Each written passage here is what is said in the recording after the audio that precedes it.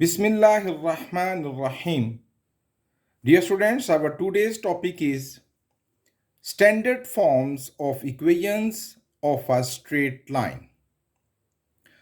What is meant by equation of a straight line?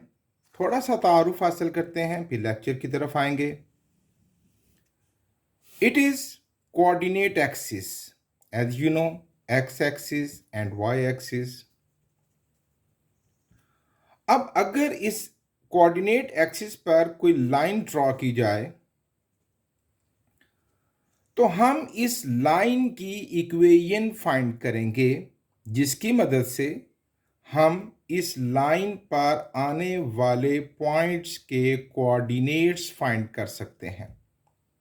क्योंकि line का तो कोई एंड पॉइंट नहीं ना, ये आगे भी बढ़ती चली जा सकती है. तो इस पर आने वाले कोई भी पॉइंट के कोऑर्डिनेट्स फाइंड करने के लिए कि उसमें x की क्या वैल्यू है और उसमें y की क्या वैल्यू है इस पॉइंट में, फिर इस पॉइंट पर x की क्या वैल्यू है और y की क्या वैल्यू है, इसको फाइंड करने के लिए we need an equation of this straight line. Okay, so अब उसके लिए हमारे पास कुछ ऑप्शंस आएंगे. जैसे one of them is slope intercept form of equation of a straight line. यानी हमें स्लोप मिला होगा और एक इंटरसेप्ट मिला होगा, तो तब इक्वेशन क्या बनेगी? That is y is equal to mx plus C. फिर हमें एक पॉइंट मिला होगा और स्लोप ऑफ द लाइन मिली होगी, तो तब इक्वेशन क्या बनेगी? y minus y1 is equal to m into x minus x1. Option number 3, symmetric form of equation of a straight line. इसमें भी हमें एक पॉइंट मिलेगा और स्लोप मिलेगा. It is the symmetric form of point slope form. That is y minus 1 over x minus 1 is equal to sin alpha over cos alpha. 2 point form of equations of a straight line, यानी हमें 2 points मिले हैं line draw करने के लिए और हमें उसकी इक्वेशन फाइंड करनी है. So that is y minus y1 is equal to y2 minus y1 over x2 minus x1 into x minus x1. पांचवा ऑप्शन है intercepts form of equations of a straight line. हमें intercepts मिलेंगे तो तब equation क्या बनेगी उस line की? x over a plus y over b is equal to 1. And sixth form is normal form of equation of a straight line. इसमें हमें एक परपेंडिकुलर मिलेगा और उसकी लेंथ मिलेगी फ्रॉम द लाइन, तो तब इक्वेशन बनेगी cos alpha x plus sin alpha y is equal to p. यकीनन अभी ये टर्म्स आपको समझ नहीं आई.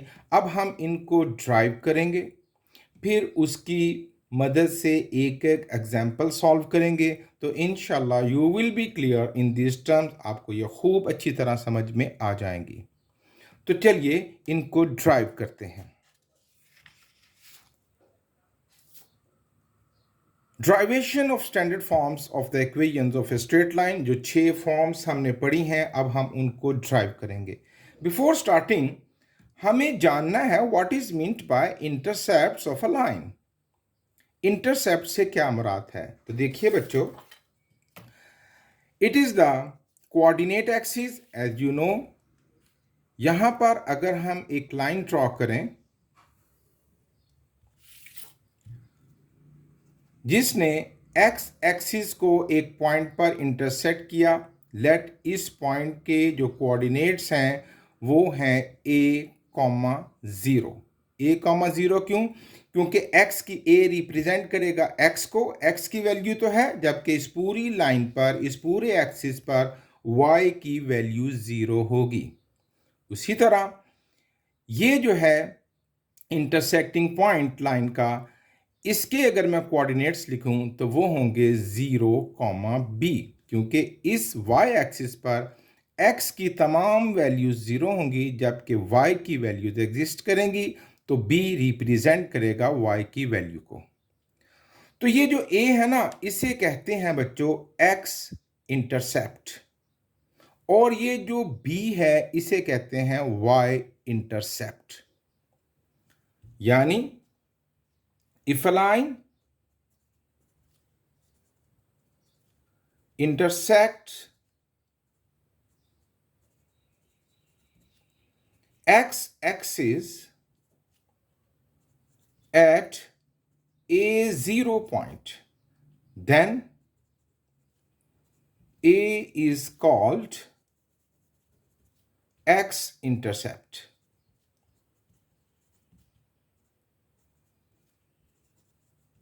यानी अगर यहां 50 होता तो 5x इंटरसेप्ट कहलाना था।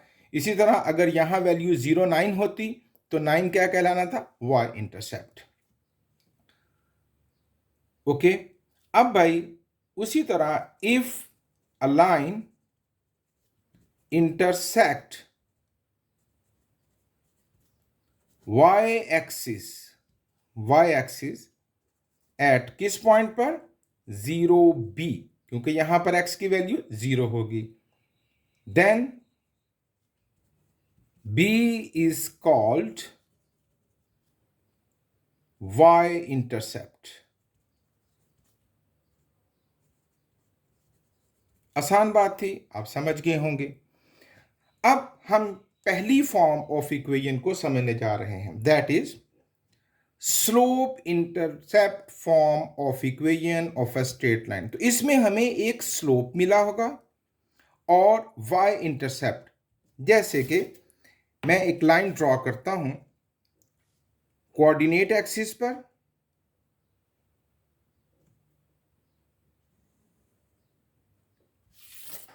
ये एक लाइन है, इसने y इंटरसेप्ट को, y एक्सिस को इंटरसेप्ट किया किस पॉइंट पर? 0, c। ठीक है, हमने यहां इंटरसेप्ट जो y इंटरसेप्ट था वो c लिया।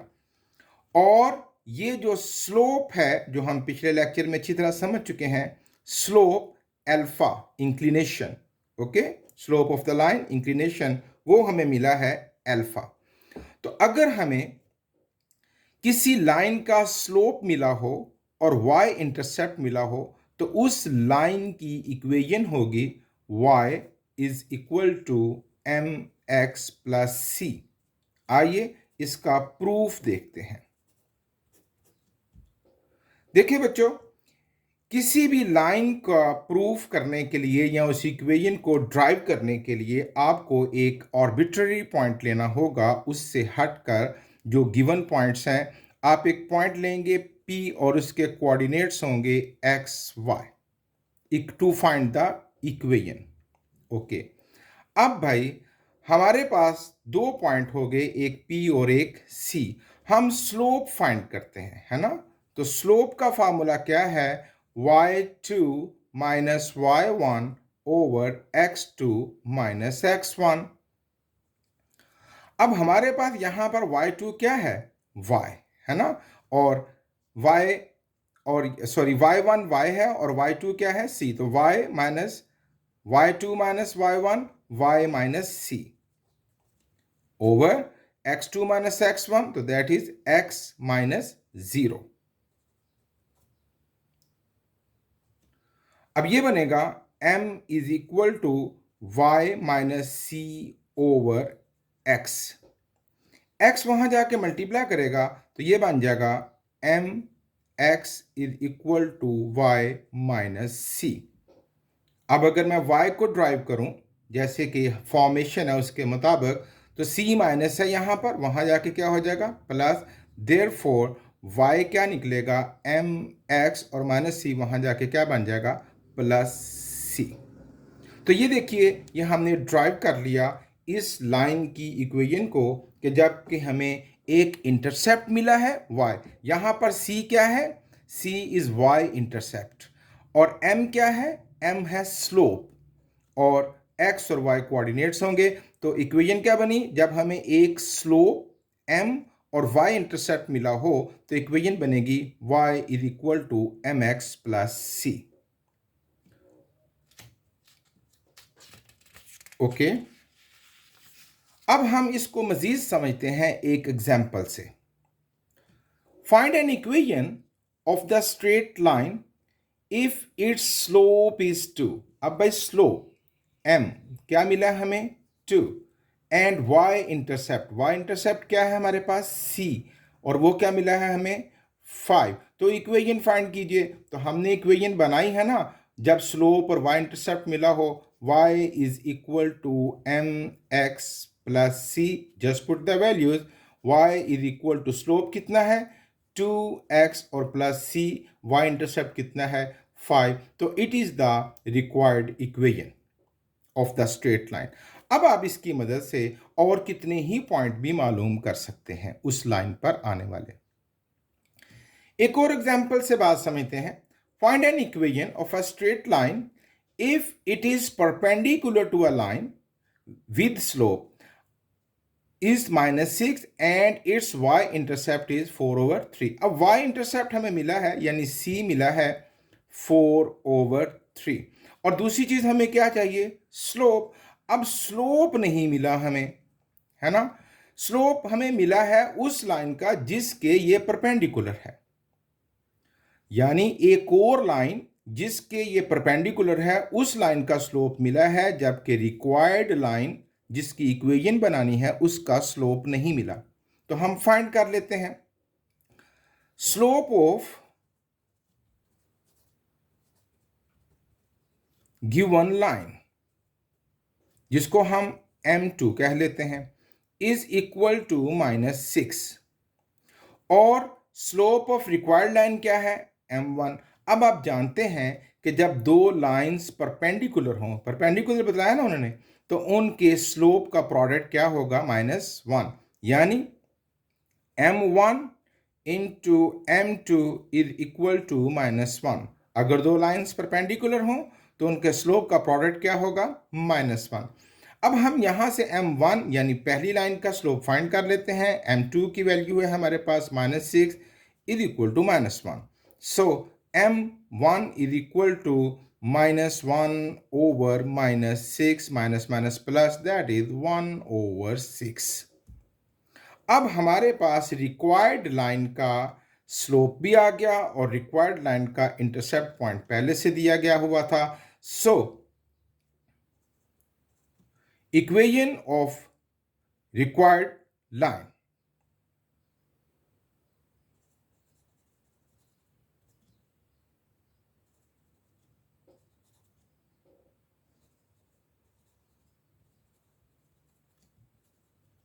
That is y is equal to M X plus C. हमारे पास स्लोप भी आ चुका और y इंटरसेप्ट c भी आ चुका। तो भाई क्या स्लोप है हमारे पास 1/6x plus c, y intercept कितना है हमारे पास 4/3। It is the required equation. Okay, यह हमने एग्जाम्पल से मजीद बात को समझा, टर्म्स हमारी और क्लियर हो गई। नेक्स्ट है point slope form of equation of a straight line. अब भाई हमें जो सिचुएशन है वो चेंज हो गई। अब हमें इंटरसेप्ट नहीं मिलेगा, एक पॉइंट मिलेगा और स्लोप मिलेगा with slope m and passing through a point q, जिसके कोऑर्डिनेट्स क्या होंगे x1 y1। अब सिचुएशन चेंज हो गई, याद रखिएगा। अब हमें इंटरसेप्ट नहीं मिलेगा, अब हमें पॉइंट मिलेगा और स्लोप मिलेगा। तो चलिए लाइन ड्रॉ करते हैं। Let it is the line, और यहां पर हमने एक पॉइंट ले लिया फॉर एग्जांपल Q, जिसके कोऑर्डिनेट्स हैं x1 y1 और हमें जो स्लोप मिला है इंक्लिनेशन अल्फा। अब भाई हमें देख रहे हैं ना आप, हमें इंटरसेप्ट नहीं मिला ना इधर ना इधर, हमें एक पॉइंट मिला है और स्लोप मिला है। पिछली सिचुएशन से ये वेरी कर गया। अब यहां पर इन दिस सिचुएशन हमारे पास जो फॉर्मूला है दैट इज इक्वेशन है that is y minus y1 is equal to m into X minus x1। आइए इसको ड्राइव करते हैं, प्रूफ इसका देखते हैं। उसके लिए आपको एक आर्बिट्रेरी पॉइंट लेना पड़ेगा P, जिसके कोऑर्डिनेट्स क्या होंगे x y। अब भाई स्लोप का क्या फार्मूला है, पी क्यू का अगर मैं स्लोप निकाल लूं तो स्लोप का फार्मूला है y2 minus y1 over x2 minus x1. So तो हमारे पास यहां पर क्या है, y minus y1 over x minus x1. ये वहां जाके मल्टीप्लाई करेगा तो ये बन जाएगा m into X minus X one is equal to Y minus Y one, या आप इसको इस शक्ल में भी लिख सकते हैं y minus Y one is equal to m into X minus X one. Okay, ये कौन सी फॉर्म थी इक्वेशन की, जब हमें एक पॉइंट मिलेगा और स्लोप ऑफ द लाइन मिलेगी. ओके, अब है सिमेट्रिक फॉर्म. इस सिमेट्रिक फॉर्म में भी हमें, यानी इसी की सिमेट्रिक फॉर्म, इस जैसी इसकी दूसरी फॉर्म क्या होगी, यूं समझ लीजिए, इसमें भी हमें एक पॉइंट मिलेगा और स्लोप मिलेगा. तो इसकी सिमेट्रिक फॉर्म आप जरा देखिए. We know that m is equal to y minus y1 over x minus x1 is equal to tangent alpha, slope, है ना, inclination का tangent, that is the slope we have learned in our previous lectures. तो हम इसको यूं भी लिख सकते हैं y minus y1 over x minus x1 is equal to tangent alpha. अब y minus y1 over x minus x1 is equal to tangent is known as sine over cos. तब अल्फा है तो it becomes sin alpha over cos alpha. तो ये form बन गई हमारे पास symmetric form. किसकी सिमेट्रिक, जब हमें स्लोप और ऐसी लाइन जो एक पॉइंट से गुजरती हुई नजर आए, ये उसकी सिमेट्रिक फॉर्म है. y minus y1 over x minus x1 is equal to sin alpha over cos alpha. अब हम एक एग्जाम्पल से इस बात को मजीद समझते हैं. Write down an equation of the straight line passing through the point 5, 1 and parallel to a line passing through the points this. अच्छा भाई, हमें क्या चाहिए, दो चीजें चाहिए, पॉइंट और स्लोप. अब जो पॉइंट है हमारे पास कोई भी, उसके कोऑर्डिनेट्स तो हैं 5, 1. अब दूसरी चीज चाहिए थी हमें स्लोप, है ना, m1, वो हमारे पास फिर नहीं है.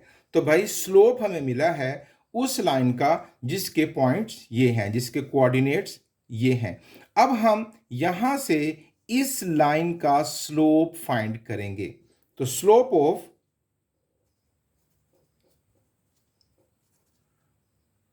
ऑफ गिवन लाइन, जो लाइन उसने हमें दी है उसका स्लोप हम m2 से ज़ाहिर करेंगे, और वो क्या बनेगा, y2 minus y1 over x2 minus x1, और उसके कोऑर्डिनेट्स क्या हैं बच्चों, ये देखिए, -15 minus 1 over 7 minus 0, -15 plus 1 over 7, -14 over 7, and 7 2s are 14, it is -2. ये स्लोप आया है गिवन लाइन का. हमें ये स्लोप नहीं चाहिए, हमें तो स्लोप चाहिए उस लाइन का जिसकी हमने इक्वेशन बनानी है. तो भाई उसने कहा है कि ये दोनों लाइंस पैरेलल हैं, तो जब पैरेलल हों तो दोनों लाइंस के स्लोप भी बराबर होंगे. As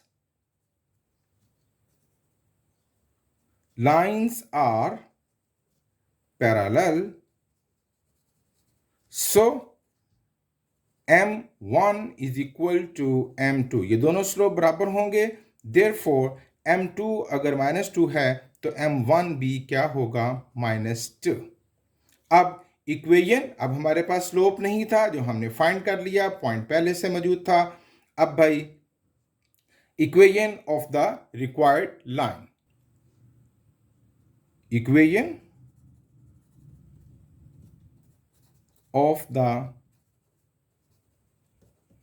required line, that is what we have learned. Y minus y1 is equal to m into x minus x1. Put the values. Y minus y1, ये x और ये y, is equal to m, slope आपने find कर लिया -2, x minus x1 यानी x minus ये है x that is 5। तो अब इसको जस्ट कैलकुलेट कर लीजिए, y minus 1 is equal to -2x plus 10, -1 उधर ले जाते हैं तो ये क्या बन जाएगा हमारे पास, y प्लस 2x ये यहाँ के इज इक्वल टू 10 -1 वहां जाके +1 is equal to 11। It is the equation of the required line. तो आप देख रहे हैं कि जब जब हम उसको प्रूफ कर रहे हैं इक्वेशन को और उसकी एग्जांपल सॉल्व कर रहे हैं तो कॉन्सेप्ट्स अच्छे होते चले जा रहे हैं। नेक्स्ट फॉर्म है 2 point form of equation of a straight line. अब भाई स्लोप नहीं मिला हमें, पहले जो 3 कंडीशंस हमने देखी उसमें हमें पॉइंट के साथ स्लोप मिला, अब स्लोप नहीं मिला जबकि 2 पॉइंट्स मिले हैं Q and R on coordinate axis. तो पहले लाइन को ड्रॉ कर लेते हैं ताकि हमें अच्छी समझ आ जाए। It is the line.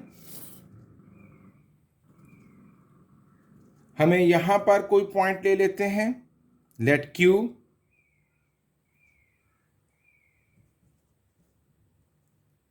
x2 y2, एक पॉइंट यहां ले लेते हैं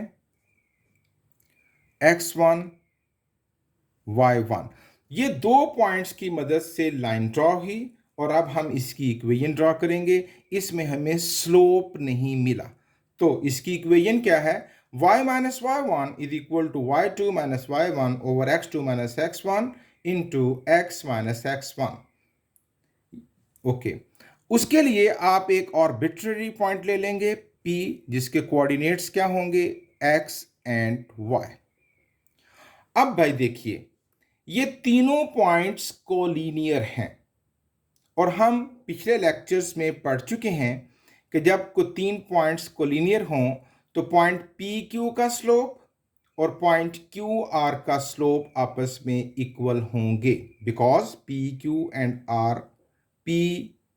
and R collinear points. Okay, तो स्लोप ऑफ पी क्यू क्या होगा जरा देखिएगा।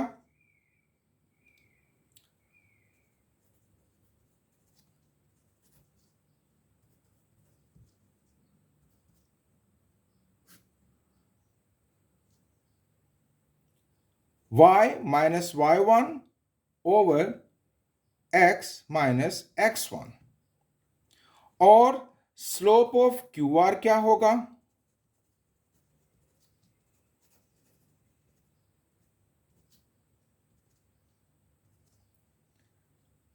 y2 माइनस y1 देख लिखते हैं आप ओवर x2 माइनस x1।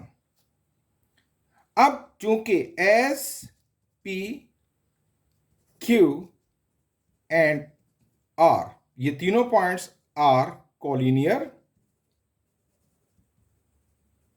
तो फिर क्या होगा, ये दोनों स्लोप्स इक्वल होंगे। Therefore y minus y1 over x minus x1 is equal to y2 minus y1 over x2 minus x1। अब ये जो डिनोमिनेटर है वहां जाकर मल्टीप्लाई करेगा, y minus y1 is equal to y2 minus y1 over x2 minus x1 into x minus x1। ये था proof of this equation. देखें वही ड्राइव हो गई ना जी। अब हम एक एग्जाम्पल से इस बात को भी समझते हैं। Find an equation of the line passing through the points -2 1 and 6 4। 2 point से गुजर रही है और उसकी इक्वेशन फाइंड करनी है। So what is the equation, y minus equation of the required line लिख लेते हैं।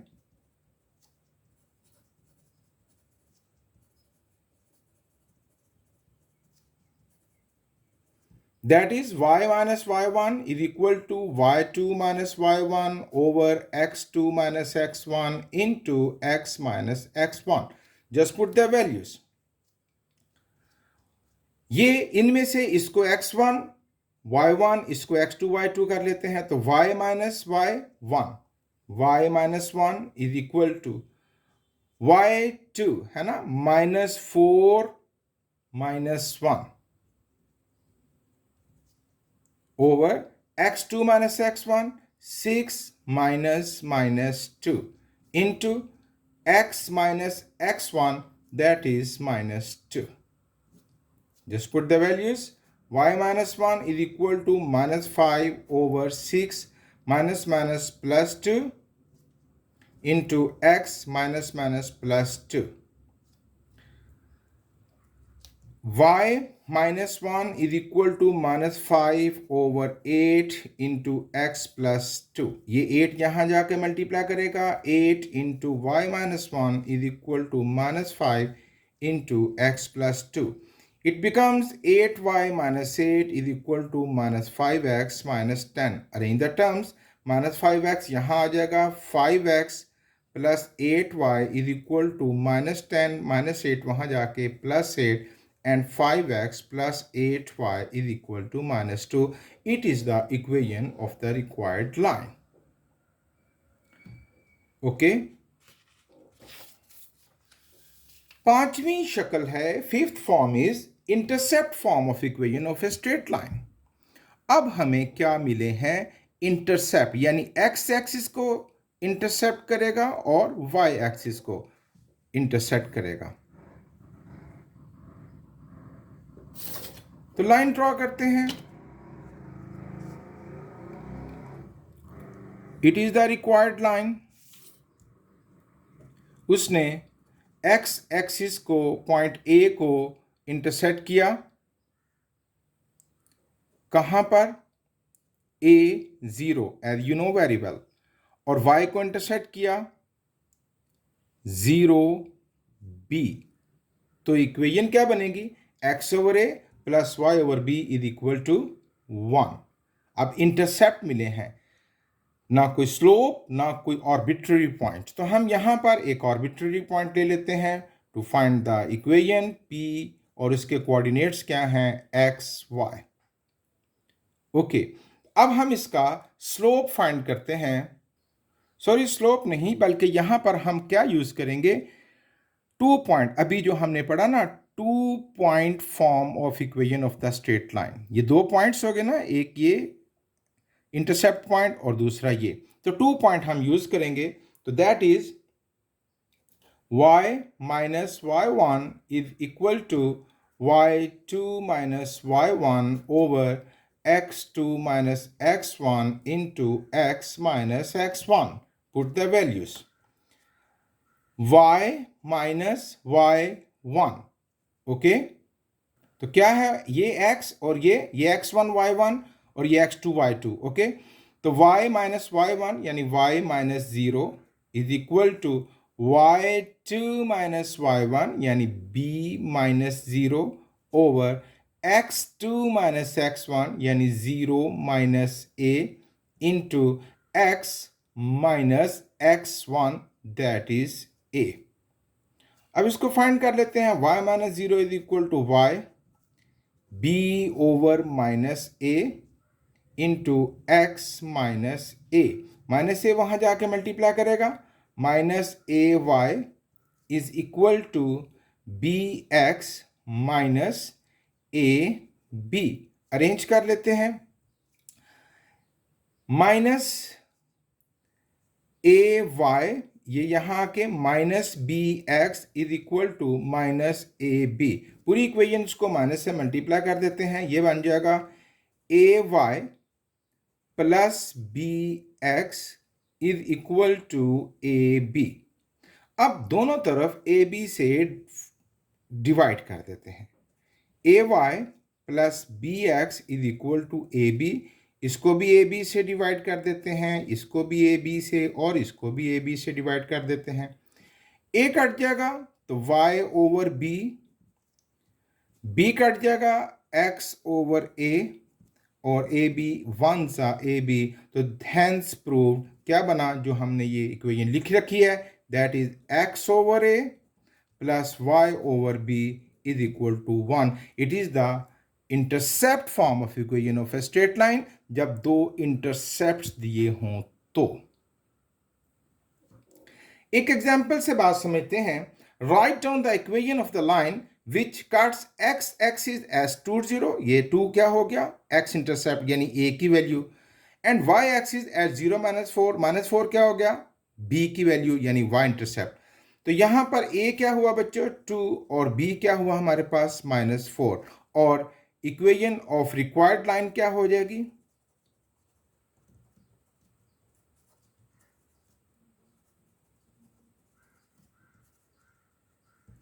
that is x over a plus y over b is equal to 1. Just put the values. x over a की value क्या है 2, y over b की value क्या है -4 is equal to 1. अब यहां पर दोनों तरफ आप -4 से मल्टीप्लाई करके तो इस इक्वेशन को मजीद आगे भी चला सकते हैं। मेरा काम इस कैलकुलेशन को समझाना था। ओके, 5 फॉर्म्स हम समझ चुके हैं और उनके प्रूफ भी देख चुके हैं और उनकी एक एक एग्जांपल भी सॉल्व कर चुके हैं। NO it's the last form of the equation that is known as normal form of equation of a straight line. Normal form कब कहेंगे हम, नॉर्मल फॉर्म तब होगी जब हमें क्या मिला होगा, length of the perpendicular from origin to the line जिसको हम P कहेंगे, एंड इंक्लिनेशन, और उस परपेंडिकुलर का इंक्लिनेशन हमें मिला होगा, तो उस फॉर्म को हम क्या कहेंगे, normal form of equation of a straight line. बात समझते हैं। देखिए, ये हमने एक लाइन ड्रॉ कर ली। अब हमें कोई पॉइंट्स नहीं मिले, ना इंटरसेप्ट पॉइंट्स मिले हैं, ना आर्बिट्ररी पॉइंट्स मिले हैं, ना 1 पॉइंट ना 2 पॉइंट, कोई भी पिछली सिचुएशन नहीं है। इसमें हमें लाइन मिली है और लाइन का ओरिजिन से परपेंडिकुलर मिला है, परपेंडिकुलर जिसको हम क्या कहेंगे P। तो यहां से हम परपेंडिकुलर गिराएंगे, यहां पर 90 डिग्री के एंगल पर आएंगे लाइन से ओरिजिन पर। ये आगे हम ओके, ये एंगल कितना है याद रखिएगा, ये 90 डिग्री का एंगल है और ये भी कितने डिग्री का है, 90 डिग्री का एंगल। अगर मैं इस पॉइंट का नाम A, इसका नाम B रखूं तो ये है ओरिजिन, इसको क्या कहेंगे हम O, और ये जो पॉइंट है इंटरसेक्ट कर रहा, इसको कोई भी नाम हम R रख लेते हैं। Do you understand? अच्छा, अब हमें क्या मिला है, हमें मिला है इस लाइन का, ये जो लाइन है L, इसका ओरिजिन से परपेंडिकुलर की लेंथ मिली है, जिसको हम किससे ज़ाहिर करेंगे, P से। याद रखिएगा, इसको किससे ज़ाहिर करेंगे, P से। ओके, और क्या मिला है, इस परपेंडिकुलर का इंक्लिनेशन, इसका एंगल ऑफ इंक्लिनेशन, इसका स्लोप मिला है हमें, और उसको हमने किससे ज़ाहिर किया है, अल्फा से। बात समझ आ गई? अब कौन सी दो सिचुएशंस हमें मिली हैं, हमें मिला है length of the perpendicular from line to origin and its inclination, उस पर लाइन का इंक्लिनेशन नहीं, उस परपेंडिकुलर का इंक्लिनेशन मिला है हमें। ओके, अब इसकी जो फॉर्म है इसकी इक्वेशन की, that is cos alpha x plus sin alpha y is equal to P। अब हम इसका प्रूफ देखते हैं, तवज्जो से सुनिएगा। देखिए बच्चों, दो ट्राइंगल्स बन गई हैं, एक OAR और एक OBR। ठीक है, हम पहले किसी भी ट्राइंगल में आ जाते हैं, इन ट्राइंगल OAR।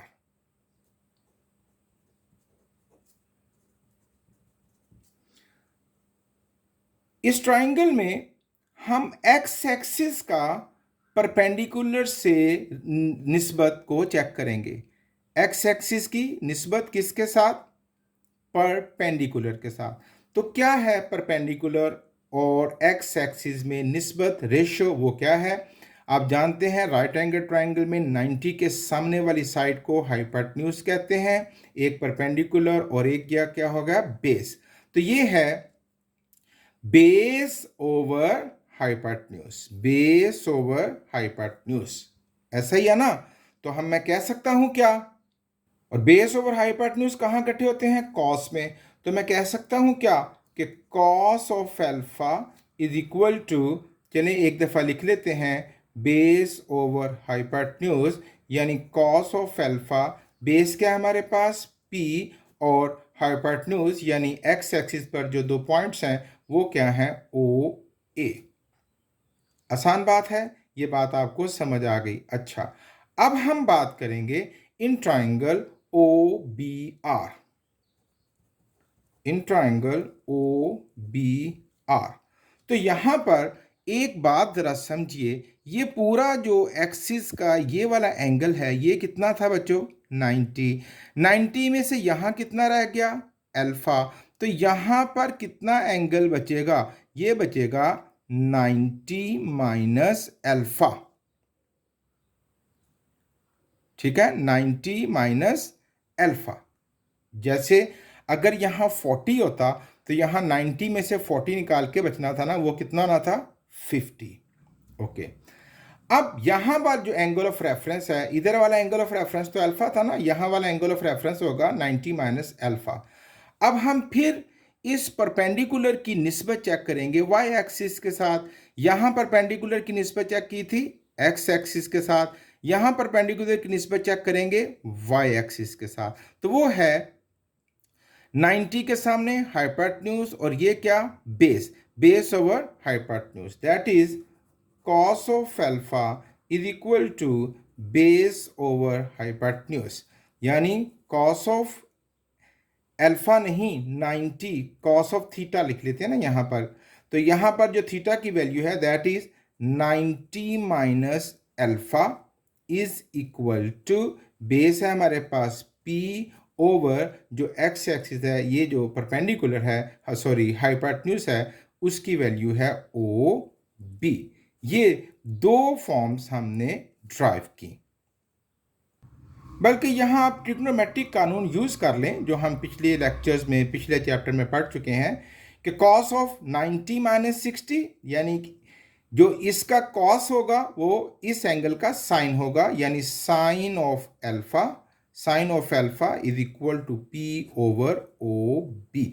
ये होगी हमारे पास second equation, it is the better form.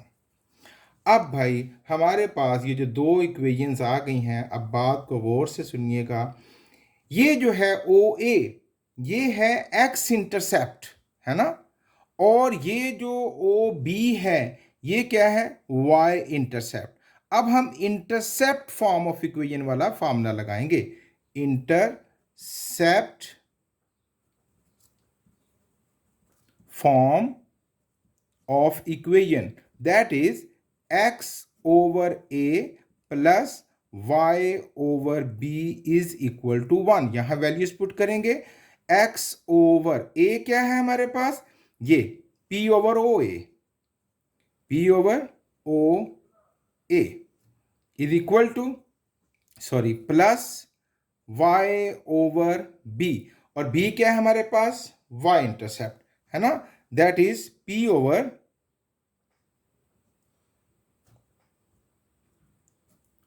O B is equal to 1। यहां हम इसको क्या लिखेंगे, x over p over O A. ये देखिए ओ ए यहां जाके मल्टीप्लाई करेगा और कॉस अल्फा यहां आके डिवाइड करेगा, तो ओ ए की वैल्यू क्या बन जाएगी, p ओवर कॉस अल्फा। तो यहां पर p ओवर कॉस अल्फा हम यूज करेंगे। यहां पर गलती होगी हमसे, ये जो x है ना ये ओ ए है, not p over O A, ये p ओवर नहीं है, ये है x over O A and y over O B. It's a big mistake, please don't forget it. x over O A and y over O B. तो O ए की value निकाल लेते हैं, ओ ए की वैल्यू क्या बनेगी, p over cos alpha, p over cos alpha plus y over O B की क्या वैल्यू बनेगी, ये वहां जाके मल्टीप्लाई करेगा, वो वहां जाके डिवाइड करेगा, p over sine alpha, p over sine alpha is equal to 1। अब ये जो डिनोमिनेटर ओवर से ओवर है ये ऊपर न्यूमिनेटर से मल्टीप्लाई कर जाएगा, ये क्या बन जाएगा, cos alpha x over p plus ये क्या बनेगा sine alpha y over p is equal to 1। अब इन दोनों का एलसीएम क्या बनेगा p, वो वहां जाकर मल्टीप्लाई करेगा, तो देयरफॉर इक्वेशन क्या बन जाएगी cos alpha x plus sine alpha y is equal to p। ये जो हमने ड्राइव की, तो ये कौन सी फॉर्म थी इक्वेशन की, जब हमें लाइन से ओरिजिन के परपेंडिकुलर की लेंथ मिली हो और हमें उस परपेंडिकुलर का इंक्लिनेशन मिला हो, तो इस फॉर्म को क्या कहेंगे normal form of equation of a straight line. अब हम इसकी एक एग्जांपल सॉल्व करते हैं। The length of the perpendicular from the origin to the line is 5 unit. Length of perpendicular